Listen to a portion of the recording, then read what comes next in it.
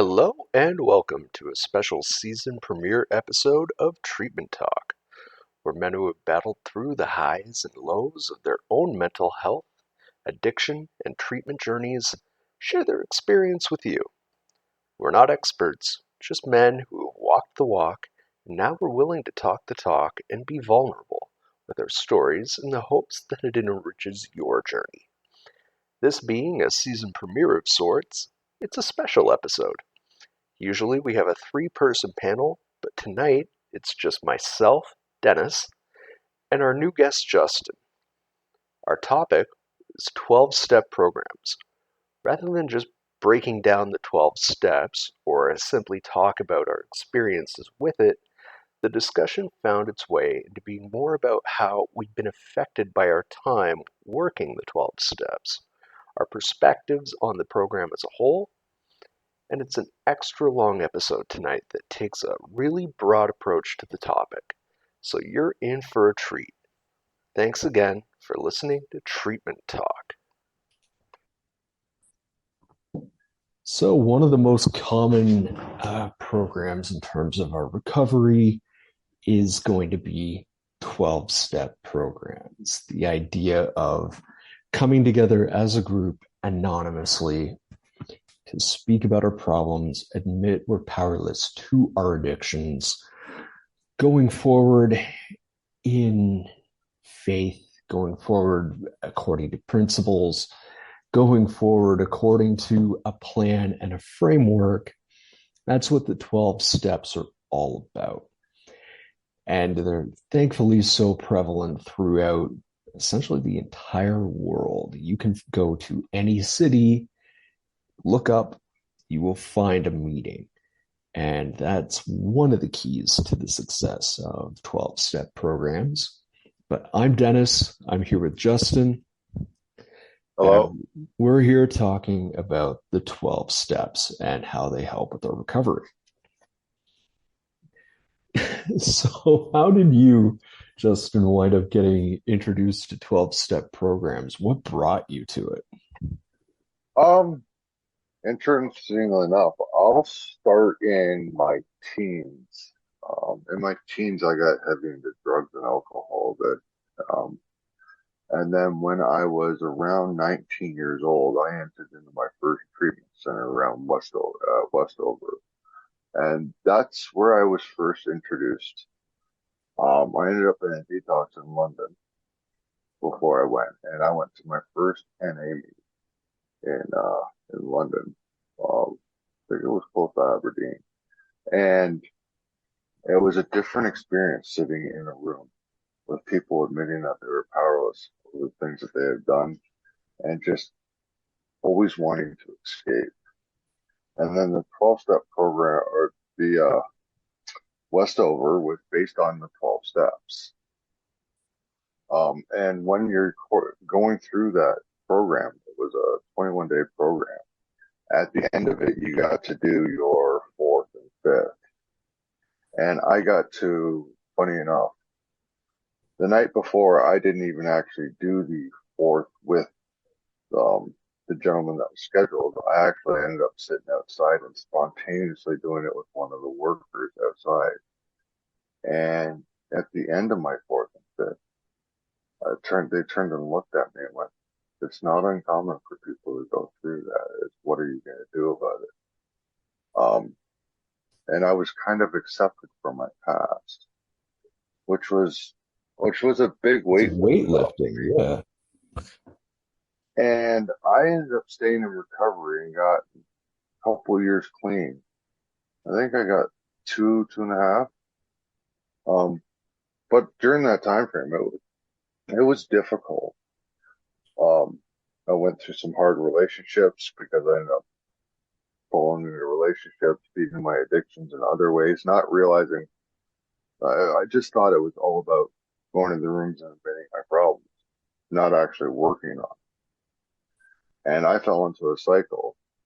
And that was when I was 19, 20, I first stepped in rooms. I'm 40 years old now. I don't have 20 years clean. I'm coming up on 3 years. I've been in and out of the room for the better part of 20 years. So that's it took losing multiple families, um, There's a lot of losing fam. chaos outside of the program that Oh we yes, often come to the program to try and fix. I mean, we're talking about the program. You're talking the fourth and fifth. Those are those kind of middle steps. A lot of people would call it the meat of the program, where you're taking a personal inventory and really taking account of yourself and then sharing it with someone else, right? That's that yes, fourth and fifth you were talking about. very much so. Like it's I got really good at confessing my story, but not really good at working on my root problems. Like why I was chasing after drugs or alcohol. Well, the drugs and alcohol was a symptom of what I was not dealing with, which was me. I needed to accept what I was, whoever I was, and be willing to change whatever it is that I need to change. Like my drive to forget my past instead of dealing with it. Things I went through childhood, porn addiction, anything that had to deal with that. Well, why did I have a porn addiction? Because I was lonely. Why was I lonely? Because I didn't accept myself. Why didn't I accept myself? Because I thought myself worthless. Why do I think myself worthless? It's getting to all those roots that I can sit around and have a family member walk by me with a drink and this, I don't want to drink. Well, why don't I want to drink? Because I don't want to be that person anymore. Well, why don't I want to be that person? Because that person would go and not care about other people. Do I want to be like that? It's, And I think I'm over. those are questions that they came to you naturally right now as you're asking it out loud now, but to Yeah. actually have the realization to ask those questions. And I mean, a part of, I mean, we're saying 12 stepping, but like AA, NA, CA to define them. Yeah. GA for Gamblers Anonymous. There's also Celebrate Recovery, which is a more Christian oriented version of the 12 step programs. Uh, they're all about mutual accountability and leaning on someone else's experience. And so those questions that you are really good at asking yourself now after your years in the program, it probably took a sponsor asking first, right? Oh, yes. I'm actually blessed with a really good sponsor. Works with me. Um, he's been with me through the chaos and been with me now. He has many years clean. He's over 30 years clean. But I've also almost lost him a few times because I've been in my own stubborn head. Like, well, you don't want to work the program. What do you want to do? How come? Where are you going? And it's like, do you want to be a productive member of society or you don't? Well, for years I didn't care, and now I want to be a productive member of society. Well, what does that look like? You get up in the morning. You get up every morning at the same time. You're accountable to those around you. You actually care about those around you. And those are all things that came through the 12 steps. Those are all things that, okay, well, if I'm going to be accountable, I'm going to be productive, then I have to admit when I'm wrong. Well, that's one of the steps. When, when I'm having a hard time and I can't get over something, well, lean on something other than yourself, your higher power, part of the 12 steps.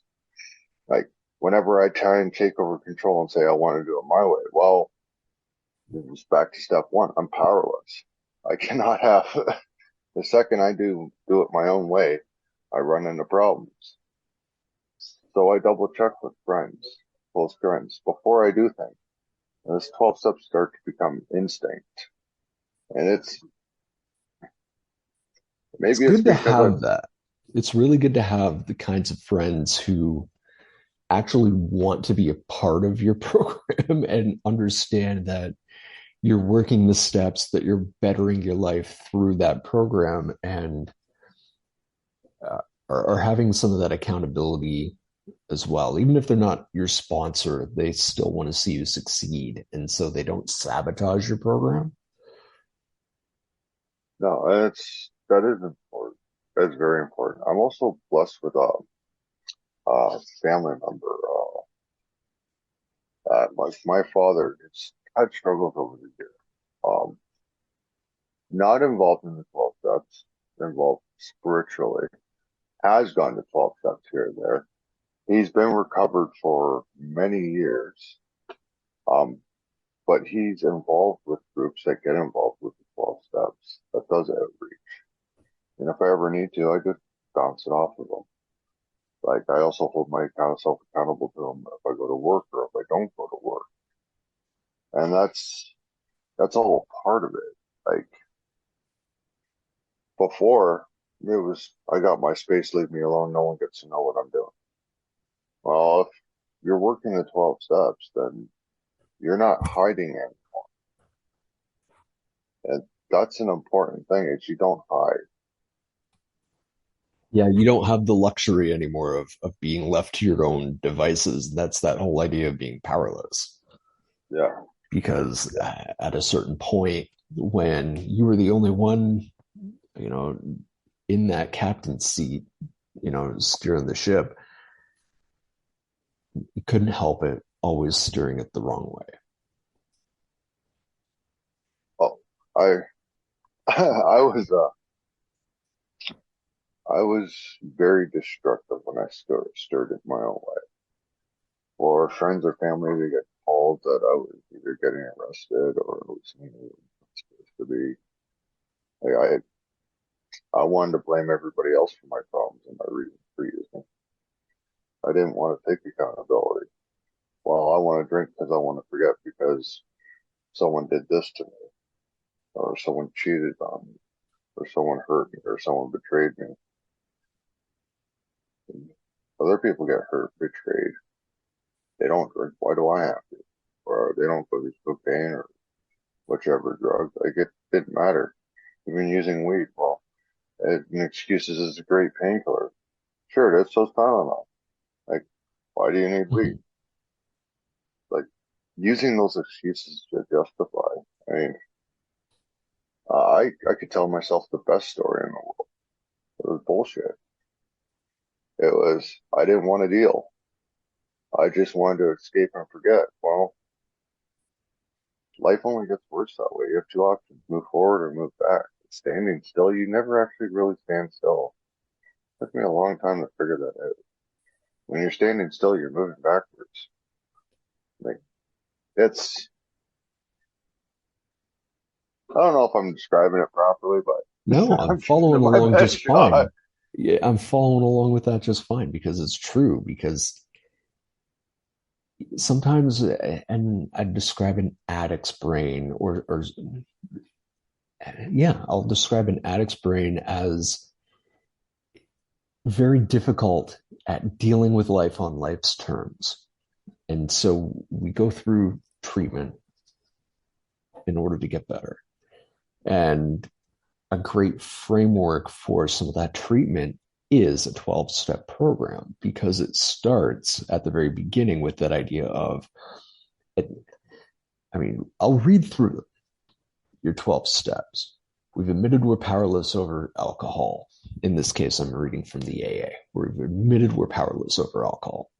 Then we've come to believe a power greater than ourselves could restore us to sanity. We've made the decision to turn our lives and our will over to that power. Then we make a moral inventory, and then we admit to our higher power, to ourselves, and to another human being the exact nature of our wrongs. Then we're entirely ready to try to have those defects of character removed. We humbly ask that higher power to remove them. We make a list of the people who we've harmed and wronged along the way and became willing to make some amends. Then we've followed through with those amends where it makes sense, except when doing that would actually cause further harm. We continue to take a personal inventory, and then we use our spiritual side through prayer, meditation, other spiritual avenues to have more contact with our higher power, to get essentially let them be more in control, and then have the opportunity to share and grow through service to others. That's breaking it down. It's not reading it exactly, but that comes, it's an interpretation from the 12 and 12, 12 steps and 12 traditions. And so it kind of starts with, I'm here, I'm broken. Then it's, I'm working on it and actually learning why I'm broken. And then I'm going through that accountability by, I'm not just going to keep my brokenness to myself. I'm going to talk about it with someone. And then it's, the people that I've hurt and screwed up and harmed. I mean, when it comes to addictions, when it comes to deviant behavior, when it comes to, especially in terms of uh, substance use and sexual compulsion, victims happen. And I don't want that to ever be taken lightly. We don't take it lightly in this group. Victims happen, and that really deeply scars. And it has to be acknowledged that you've made those scars along the way. And when you get to that point of trying to make amends, sometimes it's not possible. And that's why they say, and accept when to do so is going to cause deeper harm, right? Oh yeah, But you got to that's be, actually that's actually one of the most. Well, I don't want to say most important. I'll put more weight on less weight than other points of the stuff. But when it says harm others, like you, recovery is somewhat of a selfish program, but at the same time, it's not. You yourself are also part of others. Having said that, if you feel you need to go for one of your victims, which, I mean, that could be a boss, that could be a coworker, that could be a spouse, that could be a niece, nephew, pastor, a police officer that you ran into, a nurse at the hospital, doesn't matter. Like, when we're in active use, 90% of us don't care. I know I didn't. All I cared about was nope. my next usage, or whatever I thought my perceived reality was at the time. It's damned to be everybody else because my view is the only view. You hurt a lot of people in that. I know I created catastrophic damage in so many people's lives. And I've spoken to a few of them, but I've learned the time will present itself to make those apologies when they're right. It's not for me to go run around calling every single last person I hurt and go, oh, I need to apologize to you because I did this. So some people are never going to be ready to hear Yeah. that. And I, some I, people are, I but learned it's, really early on that idea of a living amends. yeah, And that idea of, for the people who I've wronged or people I've hurt, the people I've screwed over, my victims, the people that are on that list of I would love to make amends to, there's a lot of them honestly that I can't. And that even if I would approach it with my own honest, true, good-willed intentions, uh, the moment it gets received, it would be received the wrong way. And it would be a second guess at the very least. And at most, it would actually just bring back really bad traumatic memories. So, my idea of a living amends is to every once in a while take time to think about those people and bring myself back to the reality of, if I'm not in a treatment headspace, more people like that happen in my life. I don't want that.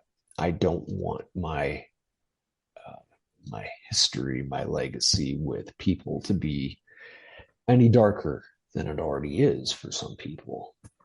The moment I add another name to that list, and sometimes you can't help it, and we're still human in our program, and there's still people who we piss off or we take things out on, and that's human nature.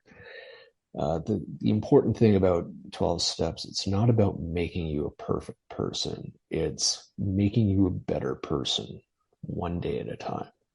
And some days you There, get a little closer than others. there was a hard reality that I don't know if a spiritual awakening dawned on me through conversations I had. It was multiple things that were happening at the time that kind of woke me up to the fact that I am creating new victims every day from my actions from years ago. From those actions before I was incarcerated. If I did nothing wrong again, ever, I'm still creating victims from my victims because of the actions that I did.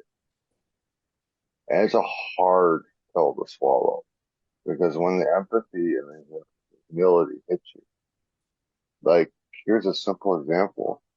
Through my actions, I lost my marriage. I haven't seen my son since 2018. Yes, there's circumstances around that where I didn't get communication. I felt self, whatever. I got pictures that were horrible drawn to me from my son. Like, there's tons of things. Excluding all of that, I'm a father. I wasn't there for a son with a spouse that I put through horrible situations that I wouldn't dream on anybody. And he's dealing with the consequences of that. Now, yes, he went to a good family up north, but now he's feeling abandoned. There's so many effects he's going through. He feels lonely. I don't know. I haven't spoken to him since 2018. Some of this I can assume, but when something happens that he acts out and he hurts somebody else because of him going through that, I've potentially created a scenario where he's creating a victim because he's my victim, not because I just have in other words, abandoned him. So I go a little bit further with the way my victim pool is because it's when I hurt someone one way, kind of like hurt people. Well, my victims are hurting people because I've hurt them, and I have some level of responsibility to take for that. Like, yes, I am responsible for how I act whenever someone treats me a certain way. That is on me. Having said that, I also have to take responsibility for how I act on someone else and how they act because of the way I act. So Yeah, we I'm teach not, people how to treat us, and we teach people in our lives how to treat others. And the clarity that comes with being successful and working the program accurately and honestly can bring about that change and that realization that uh, we're going to take some accountability. and it's a hard pill to swallow. It is. That is, that is not easy. Sometimes we wake up and it's just like, it's hard not to hit down on yourself or create your own victimization in your own mind. It's like a feeling sorry for yourself. At the same time, it's like part of ownership of what you did is taking responsibility for it. Part of responsibility is getting up and not being that person, no matter what. And the more often you get up and you're not that person and you change your lifestyle to be that better person, you become that. It's not easy though. You can't do it on your own. The second you try and do it on your own, it's not going to work. Like you have to have the motivation inside to do it. But I haven't known one person in a 12-step program in That or has out that managed to it's do it on their own. no, No, it's a not fellowship. going to have. Yeah. That idea of being in a fellowship, of how a lot of 12-step programs work, where you're walking into a room, there might be a poster hanging up, and there's a bunch of chairs out, and there's in an outside group, there's usually coffee. But on an institutional program, if you're in OCI or another prison, you're basically just sitting there in a chair surrounded by other people, essentially in the same shoes that you are. And it can feel almost formulaic. And I think that that sometimes turns people off. There are a lot of things about a 12-step program that can actually be very discouraging. That the spiritual and faith-based nature of the program itself, and some people, because it says God in how it was originally written for a 12-step program, that turns people off right there. And so they tried to shift it to that idea of a higher power, and your higher power can be anything. And yet I've still seen people get so hung up on that one idea, and that they get turned away from it, or because Um, it doesn't work, it's not an instant fix. And that idea of taking it one day at a time is and not enough for some people. Why do you think that for all the good that AA or NACA, all the 12-step programs they can do, why do you think that they have a bad reputation among some people in addictions? um, a couple of reasons, like you mentioned, the God or higher power. When I was in OCI, we went through the cycle 3 times. Now I notice a lot of people struggle with the God concept, and something I learned early on in recovery. I come from a religious background. I've also participated with the native smudging, and I have some spiritual background with me. But one of the things that was explained to me early on is a lot of people had a hatred for God because of things that happened to them from the childhood and that. And there was a resentment there. And someone used the words, look at God as good, orderly direction.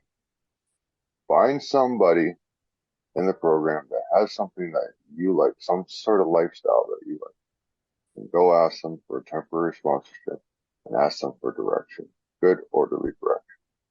The rest will come. And for the most part, it worked for a lot of people that actually wanted the program. The trouble is that I've seen over the years is even for myself, people will get caught up on personalities It's and supposed to be not, principles before personalities. They say that for a reason. yeah, that definitely, but it doesn't always work, which is okay. You don't have to get along with everybody in the room. You have to try and show each other respect, but you don't have to get along with it. You can find a different group to go to. That's okay. There's nothing wrong with that. The idea is you find like-minded people and work the program. And sometimes it's going to take you a while to find those right people. It took me 20 years, Yeah. or me getting over my stupid stubbornness, which is probably both. Um, probably more the second one. But I mean, realistically, I'm not going to get along with everybody, and I'm not going to agree with everyone's viewpoint. That's okay. Not everybody has to agree, but you can find somebody you don't agree with 100% and still respect them and listen to what they have to say, because odds are they're going to say something you need to hear. I know some of the hardest things I've ever heard in the room came from people I was not exactly happy with. But I mean, they, more often than not, it's personal conflicts I've seen take people out of the room. Other than Mhm. other They're than putting the magic. themselves before their recovery Yeah, and finding a reason not to work it honestly. yeah, yeah. And I think one of the things that I think also gives a 12-step program a bit of a bad rap is that idea. And this happens a lot in states where you kind of get ordered to join one and hey, go through the motions at these meetings for however long, show us your 3 month chip and we won't take these points off your license or this or that or whatever, right? And I don't think that it's the kind of thing you can do on a forced participation. You can't force someone to be ready. They've got to be ready. I yeah, I've had a hard time with intervention. I've watched interventions for a long time in the communities I've been in, and only ever seen one of them work. Now that one's a win, so for 10,000 to go through and fail and one win, that's still a win. I mean, Yeah. I, how many addicts don't die that enter in the rooms and leave? I think it's what, 10,000 to one? Like the number's that high. Mhm. It's maybe not that high, but it's big. It is, especially with some of the drugs out there now. I mean, it's shocking how many people overdose even before they get in the rooms the first time. Getting, but with a court order for someone who's never been to a room before, yeah, it sounds bad, but maybe it's the right move to get someone to at least walk in the door to know it's there. It might take years before they finally walk back in the rooms on their own accord, but at least they've been introduced. Um, and now it's kind of a hard way to look at it. I mean, look at me. I got in a car accident, totaled my car, put my car through 6 trees, almost freaking killed myself through an accident. Um, did I stop drinking or doing drugs? No. I took a charge another 3 months later, and then I still had to try it out one more time after that just to find out if these were the issues I dealt with or not. And I finally got on my medication and changed around my life. But like really, after everything I've been through, I didn't get it.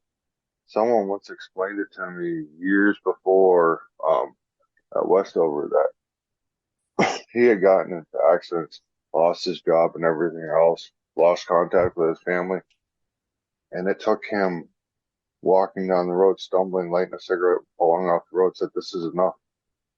Lost everything else in his life, but it took the cigarette with him stumbling and falling on the ground. That's why I think that's enough is enough. Those Why someone moments of find clarity. Yeah. they come and they go, but if it is a court order to show up to the 12 step rooms and they end up with that clarity during that time frame, sounds bad, but it was the right move. Like, there's no knowing when someone's going to get it. I couldn't have told you when I was going to get it. I was in Same and out here. of the room. Yeah. I don't go to meetings that often. I talk to my sponsor. I talk to my friends. I don't have the ability of driving luxury.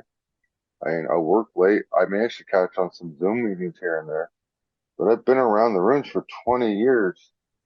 It's ingrained in my heart, and I talk to the people I need to talk to right away. I don't let it fester.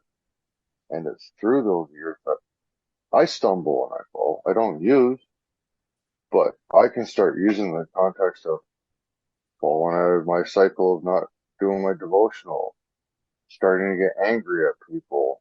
Like there's things that come up that if I don't deal with them right away, it's going to put me in my cycle. We all have, and 12 steps is designed to help you with your cycle, to help you just Absolutely. deal with life. I mean, it's,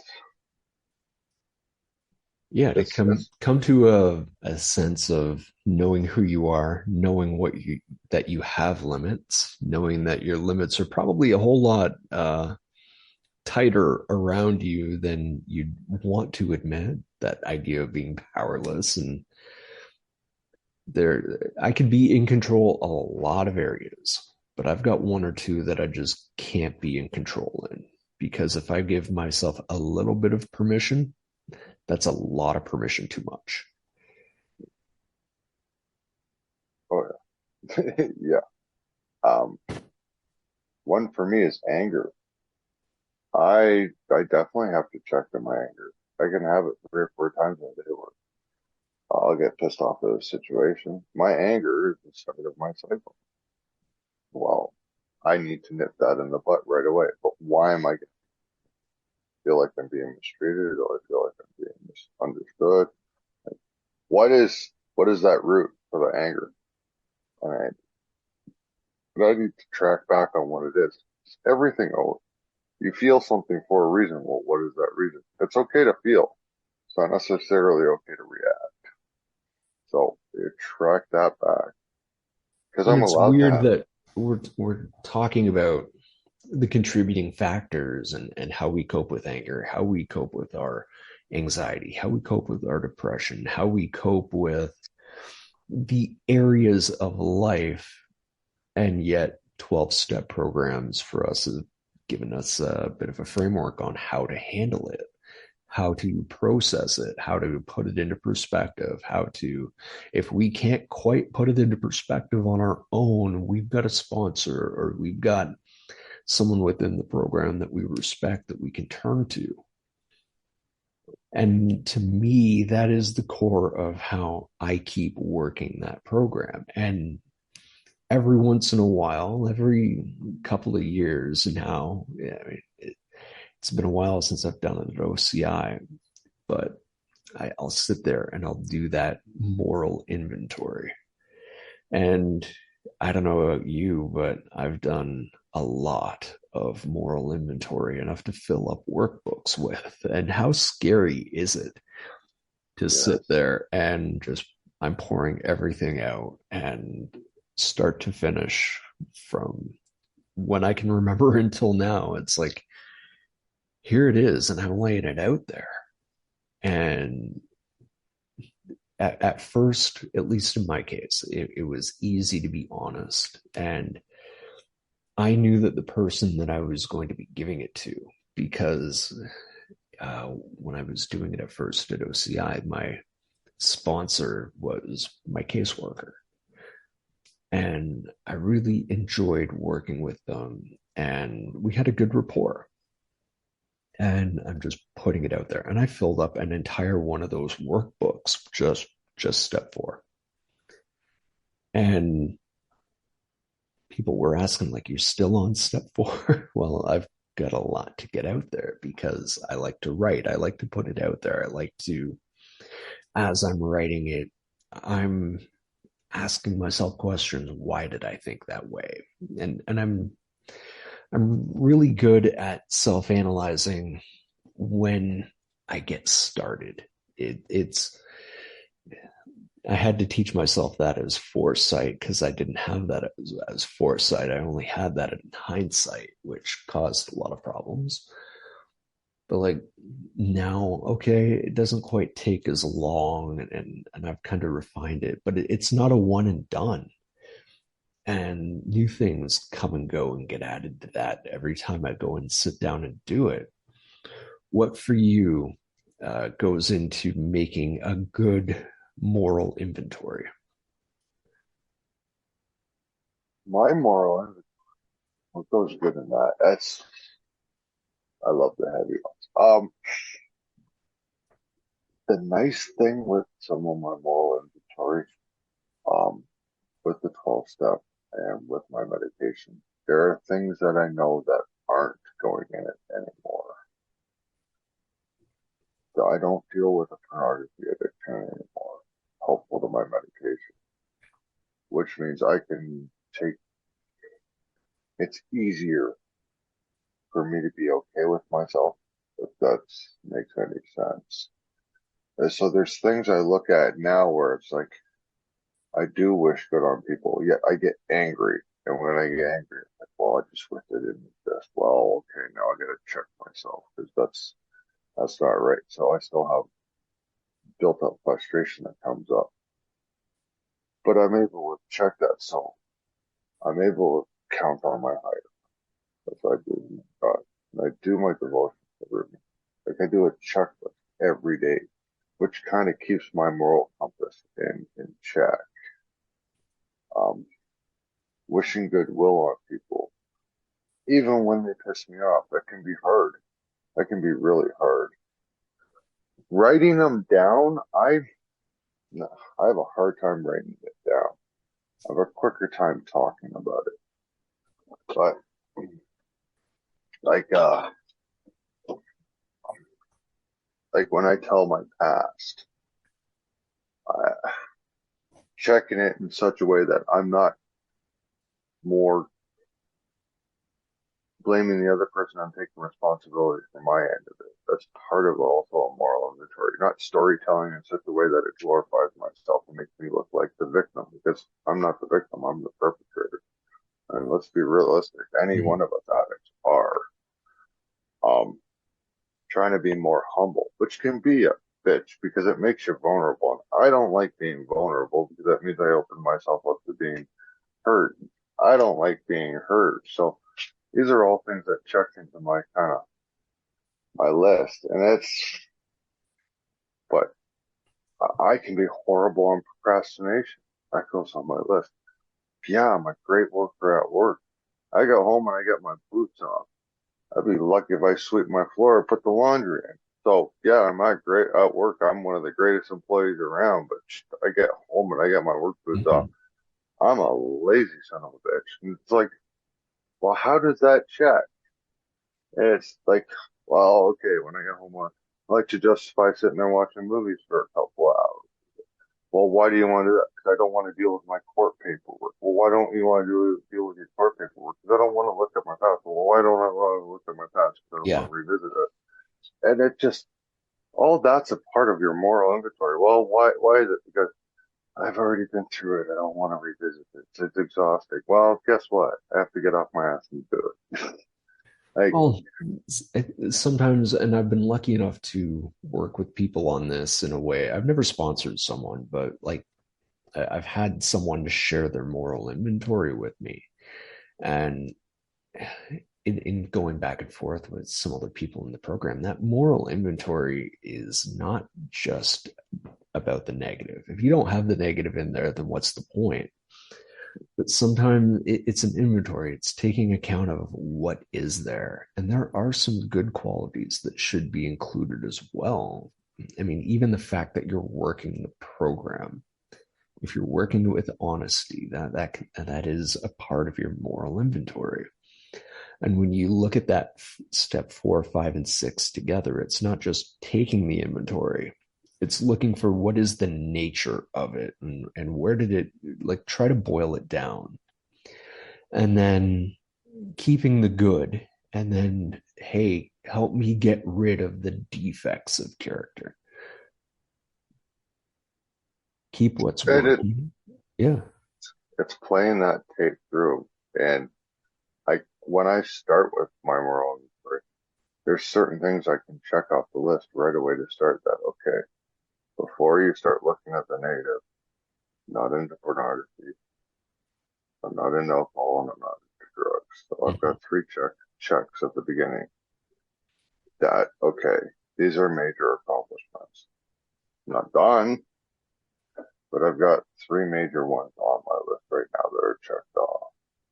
Which I mean, don't give yourself a self pat on the back or anything, but at the same time, all right, I can move forward. But those three things come with a lot of maintenance, like medication, admitting to people around me what I'm going through emotionally right away to keep all that in check. And I've made a lifestyle change. That's the big one. But procrastination comes up. Not always wanting to do my studies. Like getting home. Yeah, I'm an incredible worker, but at work I can get very frustrated and mad when I'm the only one working. I got two guys sitting there being lazy. Well, I just want to piss, moan, and scream. Well, that's not always my position to do that. So why does that anger come up? Well, they should be working as hard as I am. Why? I'm recognized for how I work. I'm not recognized for how they work. I need to take accountability for myself and then take accountability for other people. Well, that's a sense of me wanting to be in control, and I'm not in control all the Yeah. time. So, like, that list keeps building and building. What's the root of it? What's the root of this? And that's something I've kind of, well, I kind of learned through going through the program for so many years. Some things that just, well, what's behind that door? Now, what's behind this door? I mean, I might be saying more technical lingo, but I think I'm trying to get my point across. There's always a root behind anything that I'm Yeah. feeling. It's all about trying to dig a little bit deeper. And we don't always have access to a counselor. We don't always have access to a social worker. We don't always have access to the professionals that are in place. And sure, like if you're in recovery in a jail, in an institution, in a treatment center, usually that's there and not exactly at your beck and call, but with a couple of forms filled out, you can get in to see a psychiatrist. You can sit down with your social worker. You can have those conversations. But in that immediate moment, sometimes just having a sponsor or someone in the program going through essentially the same thing, and maybe they're in a better headspace and you bounce it off of them. It's why peer support works. It's not the core of everything. You do need those experts, but But our program works because it is healthy peer support where we play to our strengths and we know what our limits are. And that's the important thing. Healthy peers, and don't be afraid to cut off somebody who's not healthy. I mean, be supportive, but don't go down the rabbit hole. Be supportive, but don't go down the rabbit hole because sometimes you can get sucked in yourself. That's a that's a hard one. Sorry. Anyways, no, you're right. And just to like play off of that, like to do that outside, like where you don't have necessarily the same accountability in the community at large. Uh, and I mean, imagine not, I'll put myself in the shoes of someone who's like on probation. Imagine being on probation and there's a waiting list for a program. And sure that it might be the right program for you to be in, and they might be able to fast track you to get you in, but that might mean, okay, you'll be in the next round of sessions 6 weeks from now. What am I going to do for the next 6 weeks? Who am I going to talk to? I'm coping with this right now.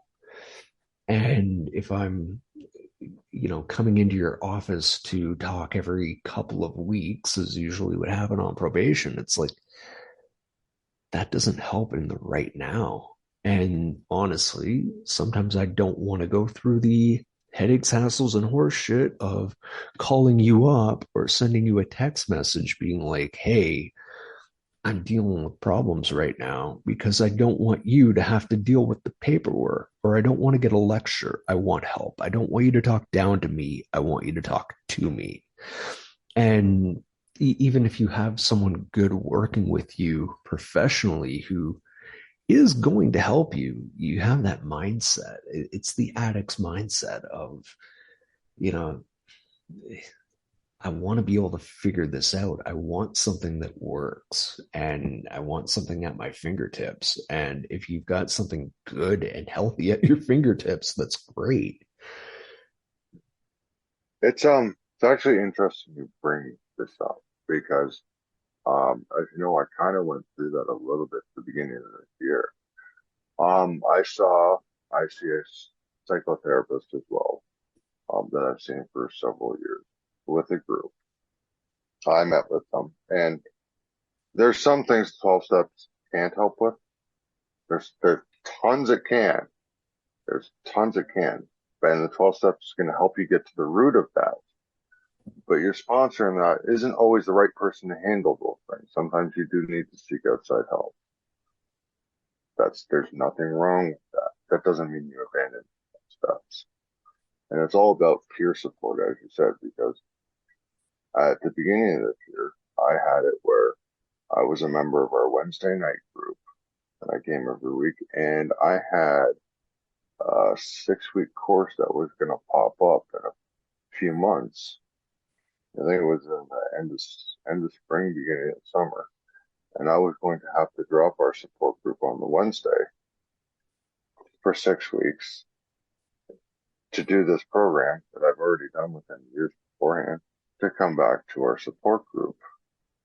And I was talking to them and I talked to the group about it. I'm like, it doesn't make sense for in 2 months' time for me to drop a support group to have a support group that I'm going to have very difficulty getting into the program, only see them once a week, not knowing them when I've already established a relationship with people that are there for me, where I can contact them at home.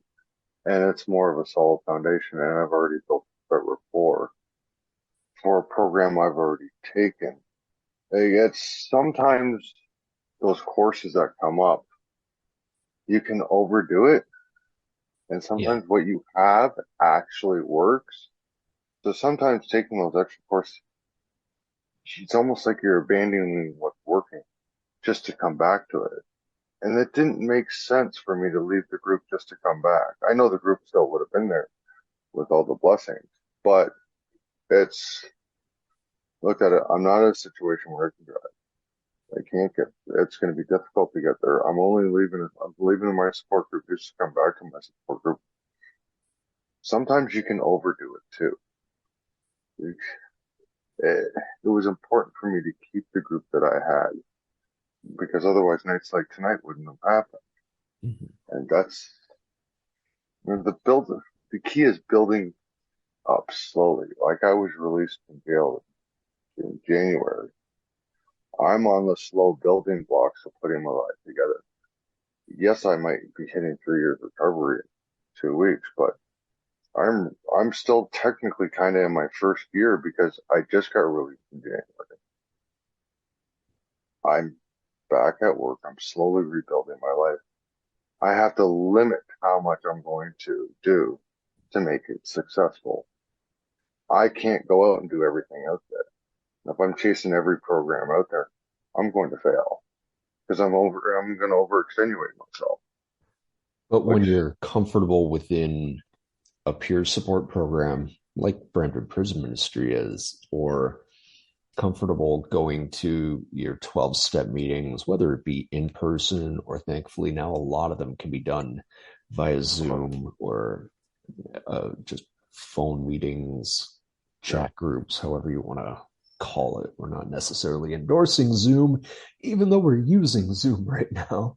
yeah. But I, they make it easy to add to your life and easy to make it a habit.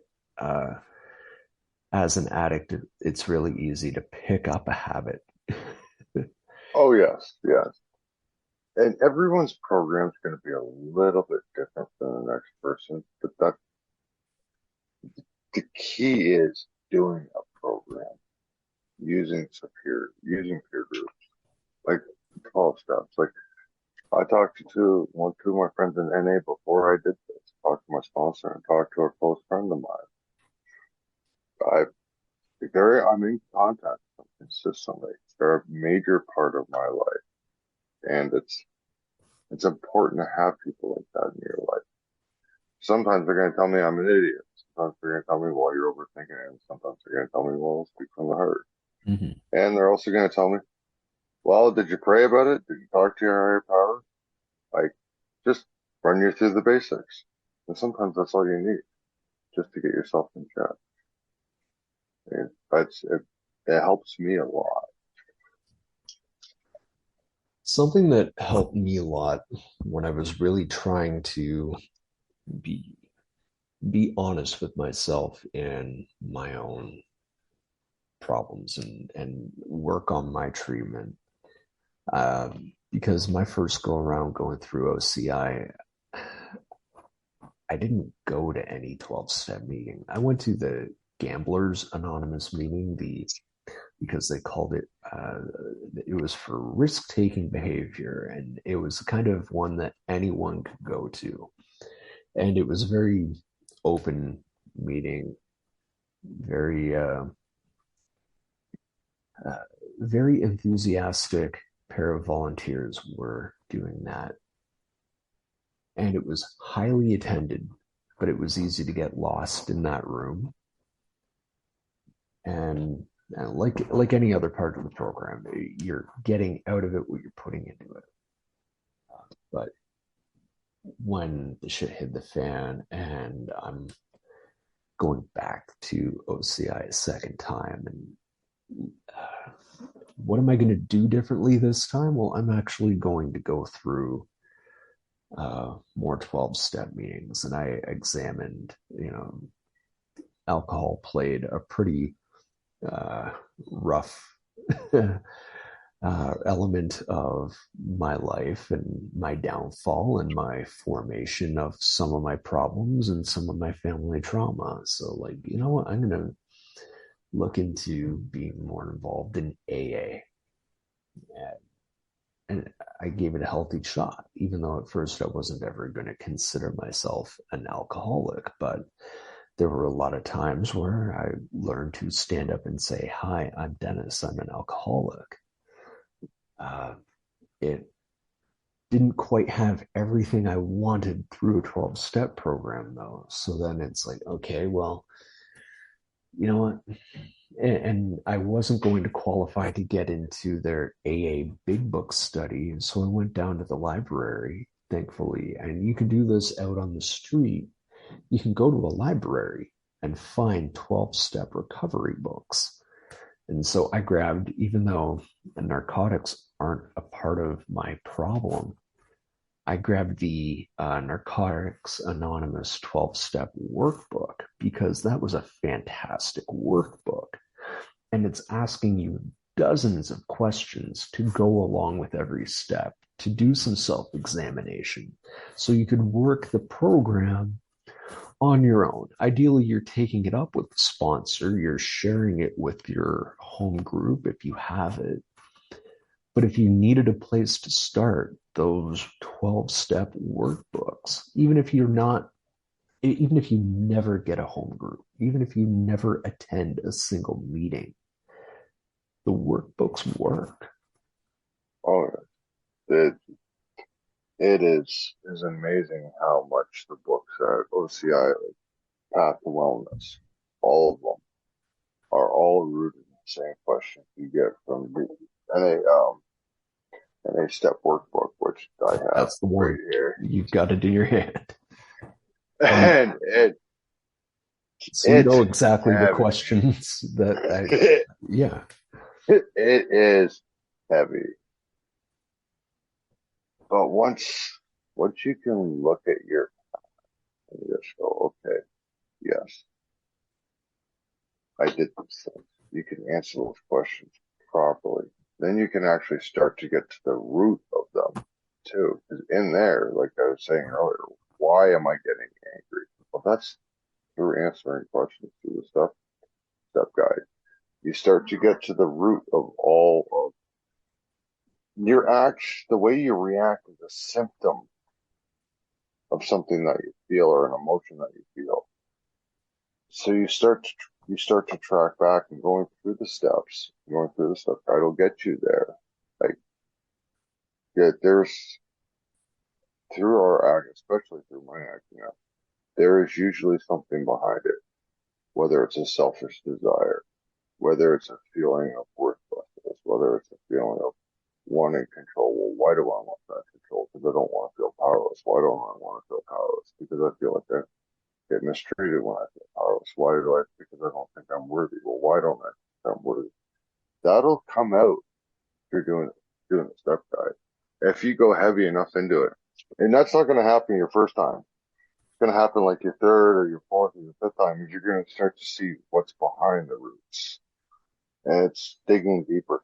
And I don't have all the answers because I'm still figuring it out myself. But Yeah, it's like I've always thought of treatment or peer support as kickstarting and getting a booster shot of the things that I actually want in my life that I couldn't quite develop for myself, but I still want them because I think that everyone on the whole does want to live a happy, healthy life.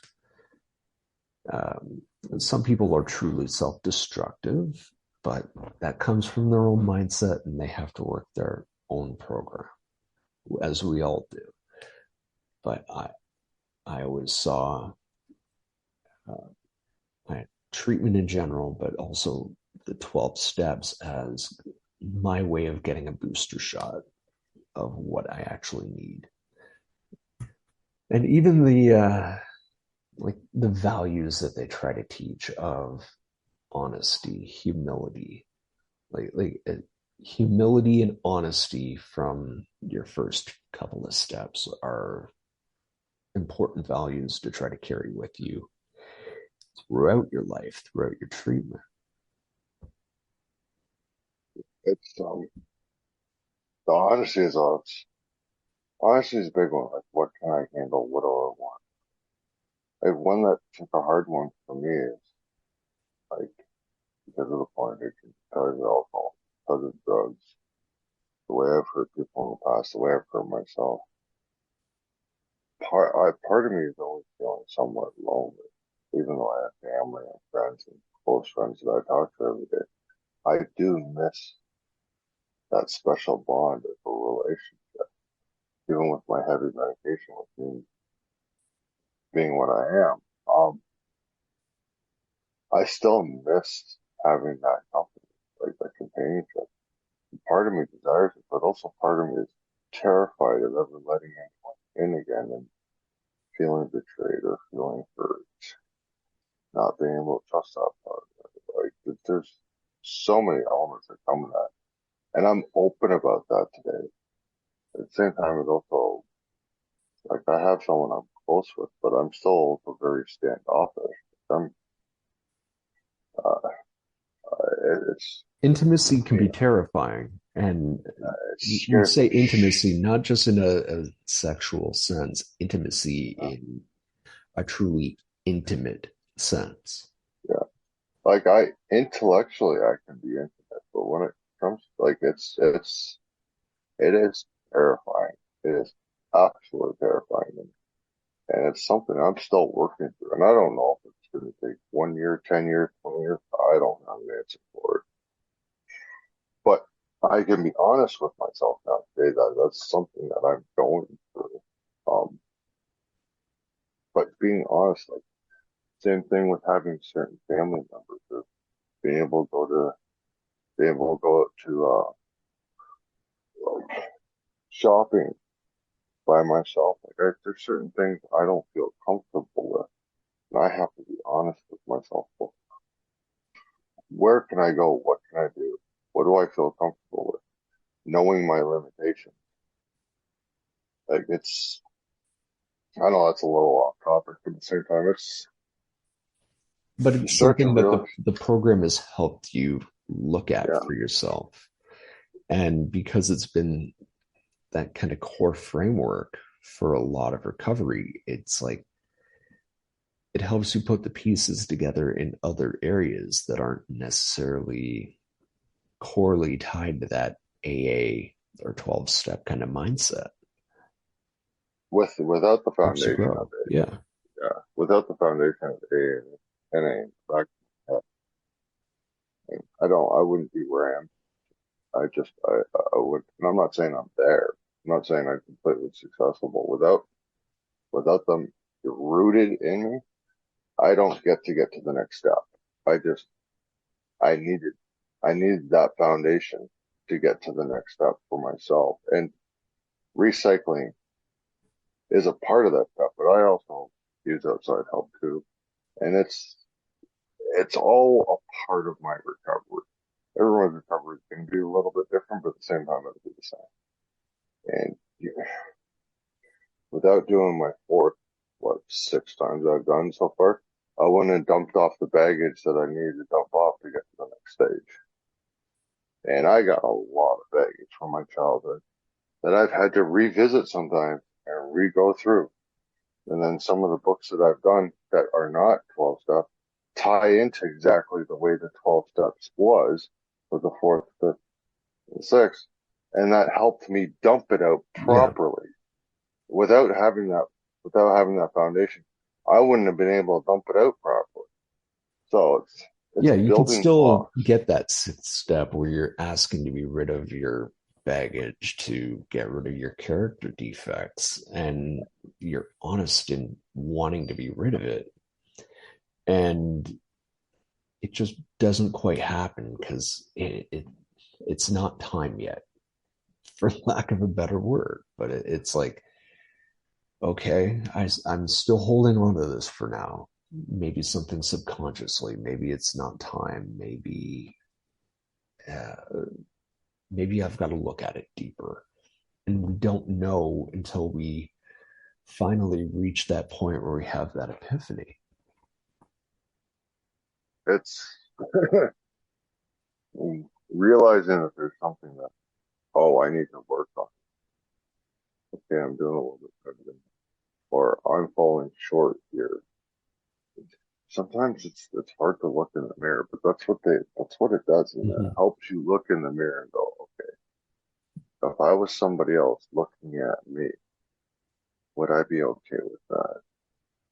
Would I want to And change that? sometimes it's Do I want? helpful to have that other person in the program, that sponsor, that home group, be willing to take a peek in that mirror with you. Oh yeah, I do miss my home group. So I'm in the country. I have a hard time getting around, but I do what I can. Um, but there is like we're on Zoom tonight, but there is something special about being in a room with a bunch of members and sitting down and going through the meeting. And usually, funny enough, some of the deepest and best conversations I've had wasn't actually in the meeting, it was right after you broke down, you had your conversation with the group. You always went outside with the one individual and you had the smoke or you went for a coffee and then you And then dove there's the follow in up. depth. Yeah. And that there is something seriously special about that follow up that I miss. That I am working on getting my license back. I am working on being able to get around, and then I'm going to be visiting more and more cool stuff because I do really miss it, miss going that much. But I do what I can from in the country, and there's no excuse that you can't. It's not with the way technology is today. And it's not like you can't buy a book and sit at home and read it. Yeah. No, And even if you can afford it, there are ways of accessing that free online. You can find uh, usually libraries will have a half a dozen copies of at least one of the step guides, and the resources are available. And as we get this edited and published, we'll make sure in the show notes that we have links to all the different 12 step programs and where you can find a home group, how to access something online. We want to give resources. We want to, uh, well, help everyone feel empowered through the program. And that just makes me think, what is one of the biggest ways you felt empowered through working the 12 steps? biggest ways I felt empowered. Yeah, if you can narrow it down to like just one or two areas that it's had the biggest impact. Um, I don't talk about this too much, but there was a time frame in 2018 um, where I didn't want to be alive anymore. Not that I would go and end myself, but if I took the right drugs that evening and I didn't wake up, then I would have been okay with it. Um, and I had a friend of mine pass away that went to a job that I was supposed to be at. And it was hard because at that funeral, part of me was jealous that I wasn't the one that went and he got to go, which was an incredibly hard pill to swallow because it's not that I would go and do that to myself, but at the same time, I had to overcome that. I had to admit that I was mad at God over it. I had to admit that I wasn't okay with my spirituality. I wasn't okay with my past. I wasn't okay with that. I had to sit down and talk and process that. And without admitting that without talking to my sponsor, the 12-step counselor at OCI, going through my chaos, I would never have been okay with my higher power now. Because I was mad at him for my own actions. I blamed him. Um, because he didn't take me home. Like it was crazy thoughts. But I had to process that. Today I'm okay with that. Today I'm okay with I went through that experience. But the 12 steps helped me process being mad with my higher power. Um, that's a big one. Yeah, because when it's one thing to be mad at one person because you can tune that out. It's one thing to even be mad at something a little more intangible, like, the company you work for, or at politics or the system, because you can narrow that down to something. But when you're mad at essentially random circumstance or God or the path that your life is on, then you're not just gonna rage against the machine, you're gonna rage against everything. Because I've been Yeah, there. yeah. And it's like you don't care about anybody when you're going through that. You don't care about nothing. Like I destroyed a lot of people's lives because of my own actions. Because I was mad at God, and I wasn't in tune with spirituality. And I'm not saying God's for everybody, and I'm not trying to go down that road. I'm just telling my But story. your And understanding of God in terms of how it relates to yeah, you, what your own life is. like when I wasn't okay with myself, then I wasn't okay with anything. And it just, it's, I'm today, I've learned that my higher power, if I'm in a bad mood and I'm upset with him, I can tell him because he can handle it. But I also believe that he's got no problem telling me that I'm wrong because I'm not always right. And sometimes that comes in the form of someone I know telling me through her. Like, and sometimes that comes to the time I wake up in the morning and just, okay, I'm good today. By no means am I perfect. I'm far from it.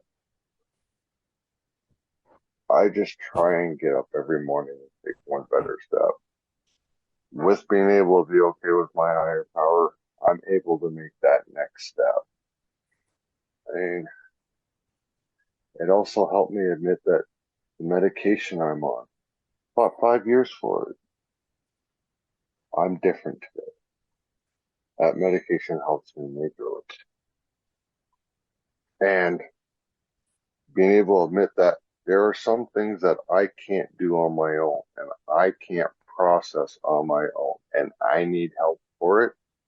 It was hard to admit because I'm going to do this and I'm going to do that and I'm going to do that in order to get over this because I'm going to get over it. Because that's how it works. It doesn't always work that way. You have to admit sometimes you can't do it on your own or you can't do it just with the 12 steps. You need that outside help to help you process that to get to Yeah. the 12 steps. That's okay. There's nothing wrong with that. That doesn't mean you abandon the 12 steps and say, well, oh, I've got it all together because I can sure as hell tell you you don't. Because I sure as hell I don't. I Yeah. guess I don't. because there's going to be a time when you might have to go for that day one ship all over again, Oh yeah, and there's going to be that time where in some cases it's like, okay, I went to the meeting but I wasn't ready to work it, and it works if you work it. so work it but because you're worth but if you're not working it with the right intentions, or if all it is another thing you're going through the motions on, then it. that's where you find the sponsor will, if they're a good sponsor, will start calling you on your stuff. What do you think makes a good sponsor? So, from my experience, a sponsor that gets you.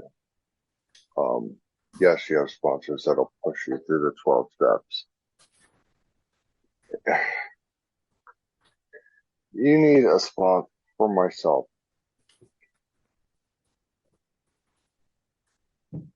my sponsor, I call him not only when I'm having a good day, but also when I'm having a bad day. Sometimes I have that moment where I get angry in that, and it's just like, give him a quick call at work. I'm getting angry. I'm going through this situation. And he helps me get that 30-second step back. All right, step back. How are you feeling? Okay. You gonna be able to process this? Yes. Talk to your higher power for a minute. Okay. All right, good. That's the end of the conversation. It's a quick little check-in. Help me get settled. I'm good. Checks in with me 4 or 5 hours later. I'm good to go. But I've spent years searching for the right sponsor for me. I've sat down and I've told my sponsor some deep stuff. Um, Funny enough, I have not read my fourth step with my current sponsor. I've told them about it. We've talked in depth, but I haven't actually read it off with him. He helped me out before I went incarcerated, and he helped me out after. But he was there when I was going through my chaos, and he got to see it. Um, Sponsor is supposed to help you through the 12 steps, but a sponsor is also supposed to help you get to the point where you're okay with yourself and live a better life. I mean, that's kind of my viewpoint. He has something I want. What it is he changed who he was. He didn't want to be the person he was in the addiction. He wanted to be the person who's in recovery. Well, what does that look like? Well, that looks like being a responsible member of society. How does that look? Get a job, you get up, you do the do thing. What are the do things? I know the program, so get up, go to work, take care of my responsibilities. What are your responsibilities? It's living life on life's terms and being a productive member of society. It's not about just showing up and doing the 12 steps and saying, all right, yay, I got a medal, I'm good to go. At some point, you got to learn how to live life. You need a sponsor that's willing to tell you, okay, that's great, you did the 12 steps, but are you living life? Are you being a productive member of society? Are you somebody that someone can turn to for help and actually be reliable? Are you those things? Are they willing to hold up a mirror to you and go, are you being a bullshitter or are you being realistic? And that's kind of my view on it. I mean, I, it may not be the traditional NA or AA way of viewing at it, but it's But it's kind of what's the way working I for see you. it. That's what works for me. My sense of a good sponsor is someone who knows how to keep pressing me uh, with the right questions when they know I've got more to get out, but I haven't quite gotten there yet. And know how to get me to see things from the point of view of someone I've wronged. Know how to get me to see things from the point of view that I might have 3 months from now when I have a better perspective on this. When I'm caught up in my own shit in the moment, that's when I need a sponsor. That's when I need someone a bit more mature. And that's when I need those outside eyes. And yeah, to either keep getting me to dig deeper so that I can get to that point of maturity, or to just see, okay, how is this actually going to look in your life? What perspective are you going to have on this when you're not actually stuck in your shit? How is this going to feel? And those have been the most helpful parts of getting a sponsor and working the program that way outside, I at least for me. And that's the thing. We got to look at it from how the program has worked individually for us. I've the sponsor I have today is a lot different than the sponsor I had when I first walked in the room, and when I was 20, 19, 20. Much different. Um, the sponsor I picked this time, I've had for years. I've almost lost them because of my stupidity, not with being open and honest, falling into gossip here and there, holding me accountable. Like, dude, what are you doing?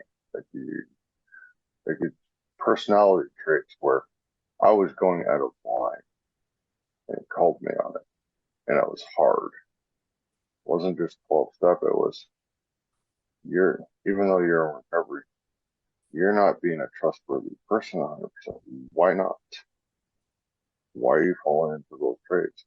So calling me on character defects, but like, why, why, why are you going down that road? Do you want to fall back into your addiction? Because you're going to create a cycle.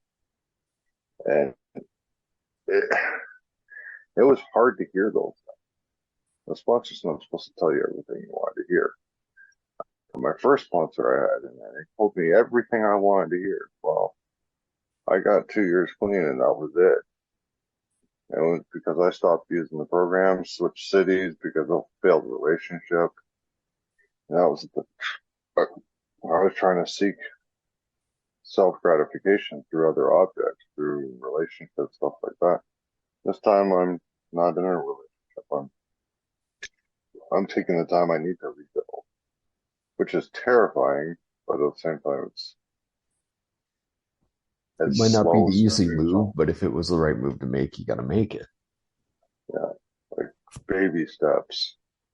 Like like I said, this is my first year of recovery, like first year out of incarceration, 3 years of recovery, but I don't want my license. I want all these things.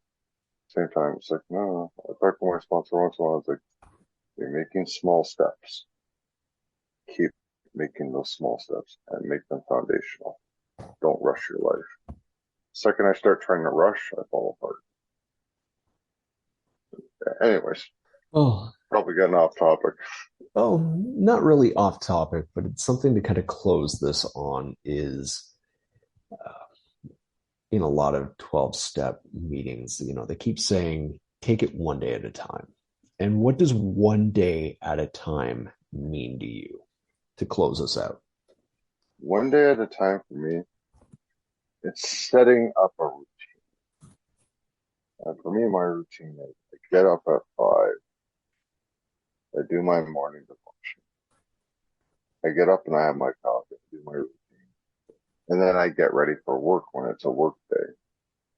And I say good morning to 5 people every morning. There's 5 people I'm in contact every day. They know whether I leave early in the morning. They don't all, most of them don't respond, but sometimes later on and they respond. But it's just a good morning. Hope you have a great day, stuff like that. And every day I write each one personally. I send it off. These are the 5 people that I'm accountable to in my life, too. So I start my day with a blessing, then a good morning. Then I go to work. And I work my day, and I come home. Then I unchange, do what I need to do to help out around the house. But the second those work boots come off, sometimes I just relax and chill out. And sometimes I start talking to one or two of my friends, or I jump on the Zoom meeting, or whichever it is, at night. But then on the weekends when I have my days off, I still get up at 5 o'clock in the morning. I keep that routine. But if I'm not working that day, all right, I got up at 5, I kept my routine, went to the washroom. Guess what? It's a day off. I get to treat myself to a nap. So I go back and sleep till like 8 or 9 o'clock. And then I do my good mornings to my friends and that. I don't, on my days off, I say it a little bit later. And there's no obligation for them to respond to me, but it's that outreach that I need to keep doing to keep myself accountable. A lot of my resources are also outside of myself. Um, I have things that I treat myself to because I also like to, like after a long, hard day's worth of work. One thing I used to love was a beer. Oh, did I like the beer or did I like giving myself a treat? Well, what's a treat? Well, a treat can be an ice cream sandwich. It could be a cream soda. It doesn't have to be a beer. What's the thing? It's what does it represent? Yeah. Exactly. So I like to give myself some sort of like a little pat on the back. Well, it doesn't, there's nothing wrong with giving yourself a little pat on the back. How are you going to do that? So there were ideas I had before that weren't necessarily wrong, but I was going about it in the wrong way. So now I have a cream soda for myself. I'll sit in the back porch and I'll hang out with my dog. I'll make myself a specialty coffee. Like there's other ways to live life healthy while still treating yourself and learning that, being accountable to that is a big thing. Um, when I have a bad day, don't keep it in. That's a big one. Don't keep it to myself. Talk to somebody I trust about it because I have bad days. I have some days that are extremely frustrating. Don't fester in it because the second I fester in it, it grows. That's a big key for me. I cannot fester in frustration and problems. Try not to solve it on my own. That is one thing I have majorly learned. That It's ties in a little bit with my take on one day at a time and what it means to me and the difference it's made for me. I look at one day at a time as a part of like ego and self-loathing because yesterday's success doesn't guarantee today's success. And yesterday's failures doesn't mean it has to perpetuate today. Yesterday's problems are yesterday's problems. And just because I made it through yesterday without, bad thoughts, without being triggered, without any of that, doesn't mean that today is going to throw the same things at me. And it keeps me from having that false confidence and you know what, okay, I'll fight today's battles, and so it's like that just for today kind of thing. But it also like eh, instead of just the false bravado, it's like you can really start to say, fuck it, what was it all worth for if you've got that bad day? And what if you did relapse? Or what if, you know, you were triggered and you white knuckled it and you just got through it? Because sometimes that's what recovery is going to be. You're going to have those white knuckle days. It's not the end of the world when you have them. It's okay, what did you do after that white knuckle day? What did you do on the next time you just had even 5 minutes away from that? Do you have to hold yourself to a different kind of standard because, you know, even if you're relapsed and fucked up, you know, today is a different day. This next trigger, I might be able to handle it a million times better. It might be the exact same trigger, but I'm going to get through it. And that's why I look at one day at a time and just for today through that lens. oh, And that's my program. That's how I'm interpreting it and how it's been working for me. and that's those white knuckle days. And for relapses and stuff like that, I mean, if you choose to make a life change or a lifestyle change, I'm not just going to say it's going to make it easier because it doesn't always do that. But relapses and stuff like that start to look a little different because you chose a different life versus going back to, I don't know if I'm working that right. Um, like for instance, drugs, alcohol, sex, like, like pornography, they don't trigger me right now. I'm not going to that. Smoking, on the other hand, trying to quit. Someone asked me if I could promise them to that I would quit smoking, and I said no. I am not going to make the promise. Over the next year, I'm going to work on making a lifestyle change for it, but that is something I'm going to have to choose to do to be successful at because I know for myself, if I sit here and say I'm going to promise you that I'm going to quit smoking, I put that on some sort of promise in that. I'm not going to, for myself, I'm not going to achieve that because I'm going to get locked in the thought of, well, I'm promising to do for that. If I'm going to be honest in my just for today, I need to make sure I've made that choice of this is something I don't want in my life anymore. Why don't I want it in my life anymore? Well, for this reason, that reason, that reason. And that makes the just for today so much easier because it's now a part of what I want out of life. It's, I don't know if that's oversimplifying or if I'm explaining it right, but it's there's certain keys to make that just for today just that much easier because it can be so complicated. Yeah. Even over the simple things, even over the simple decisions, even over the things that for 99% of all people out there, it's not going to be an issue or not affect them. Because using alcohol as an example, realistically, think of how many people walk into a liquor store. Think of how many people go to the bar. Think of how many people have a glass of wine with dinner.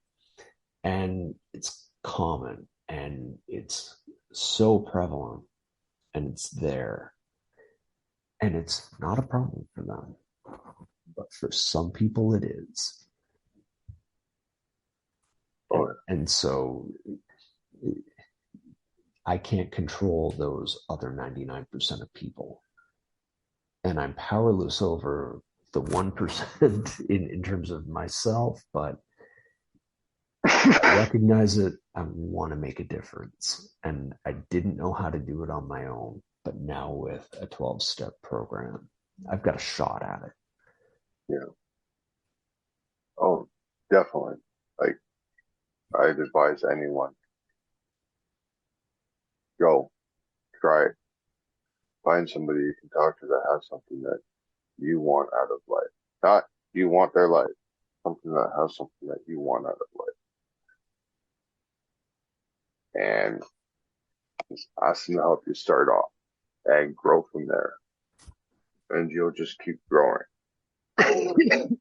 Yeah. Even if you don't want to call it getting a sponsor, having someone mentor you who's walked that walk and ask yourself, even if it's not about questions on a specific addiction, don't get hung up on the word alcohol. Don't get hung up on narcotics. Don't get hung up on cocaine or whatever it's specifying in your handbook, in your workbook. Think of the core of it. Keep trying to break it down into its fundamental uh, points of self examination. And having a mentor, having a sponsor, however you want to call it, help you through that. And to know their own limits as they're going through it.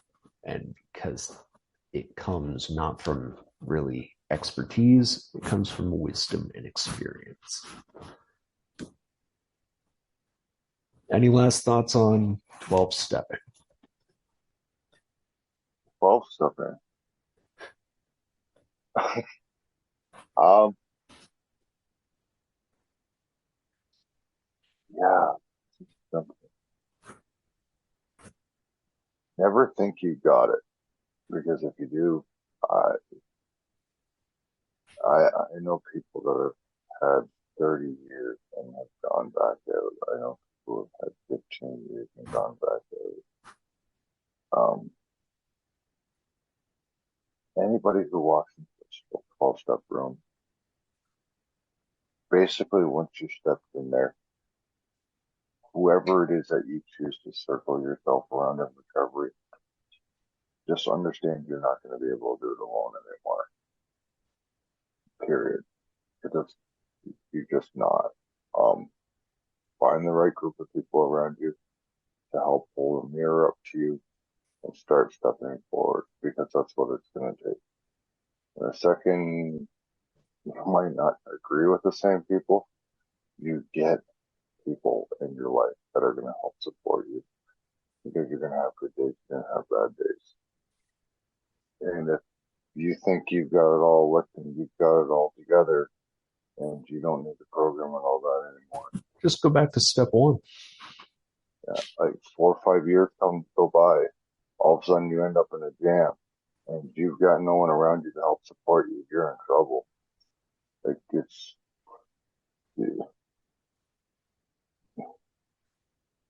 our best thinking got us there on our own. It's not our best thinking that are going to get us out of it.